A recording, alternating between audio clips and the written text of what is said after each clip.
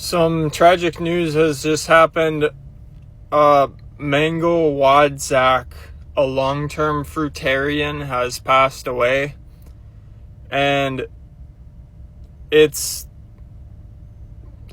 surprising because this man was living very naturally in many ways. And I can only speculate as to how his life ended early. We all know only the person who does what they do truly knows. Everyone else can only know to a certain degree. And so you need to take things with a margin of unknowingness.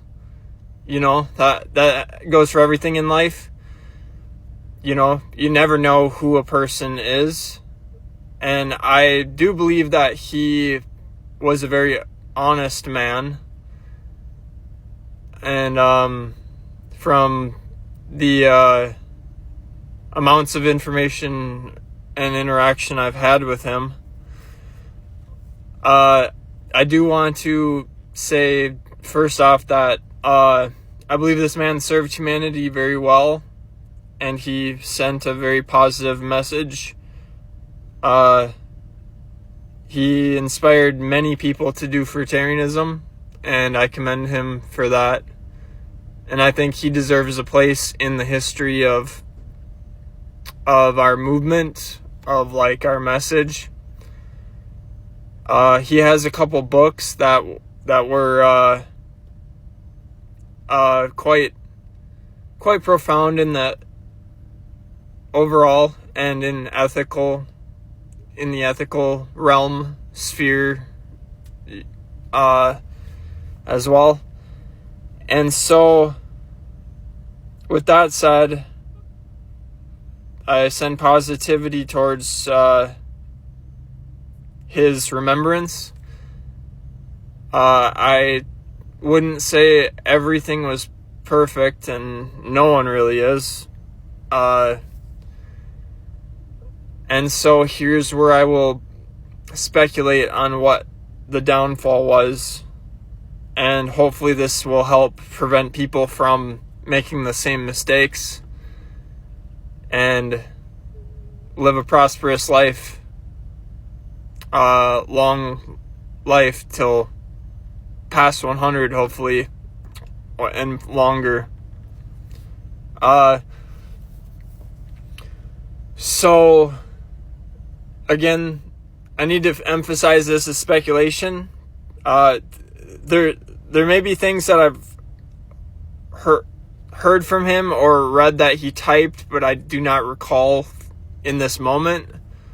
I haven't really done a deep dive research, like gone back in his transcripts of his page or his videos or nothing. This is just based on my memory, so I apologize if my memory is not accurate, but I just feel responsible to give my perspective because I feel like I have a very responsible position in life, and I need to assert what I believe, and just so I can make sure that people stay on the right track.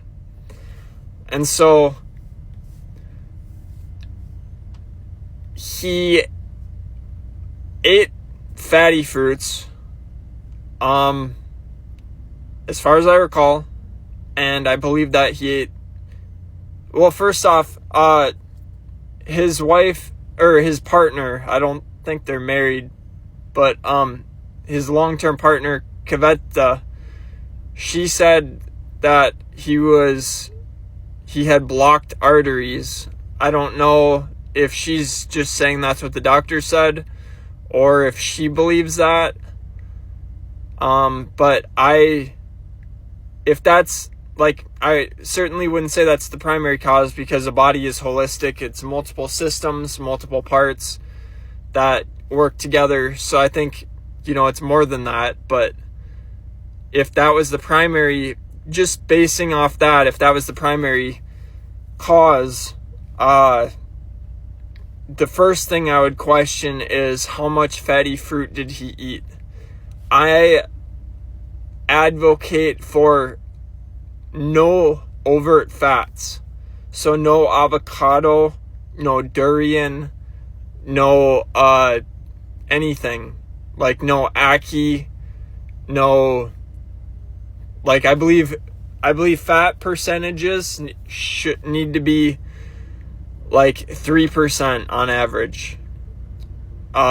Maybe a little more for pregnant women. And Andrew Perlow, back in the 2010s or so, proved that you can be overweight from a fruitarian diet. It's very difficult, and definitely not saying Mango was overweight, but you can have internal excess fat, and that can happen from, you can even undereat and have excess fat. If your diet is primarily fatty fruits and you're under-eating calories, you can still have excess fat.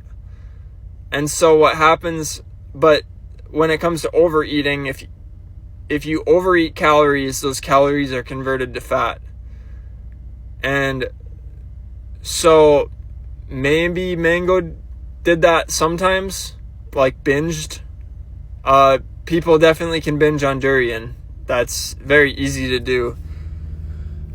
But my next point would have to probably be, if I recall, he believed in dry fasting.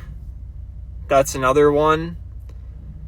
Perhaps consuming water from unsanitary sources, like maybe he believed that lake water was healthy, or he drank water from streams that were not pure. That could also contribute. I don't know about nuts and seeds. That could contribute. Eating too little and having muscles atrophy, that could have contributed. I only have like 2 minutes left here on my timer, so I'm trying to go quick on here. Not exercising much, living a sedentary life, that can contribute towards stagnation and atrophy. And sunbathing too long, I don't think that would be a significant factor, but that can contribute.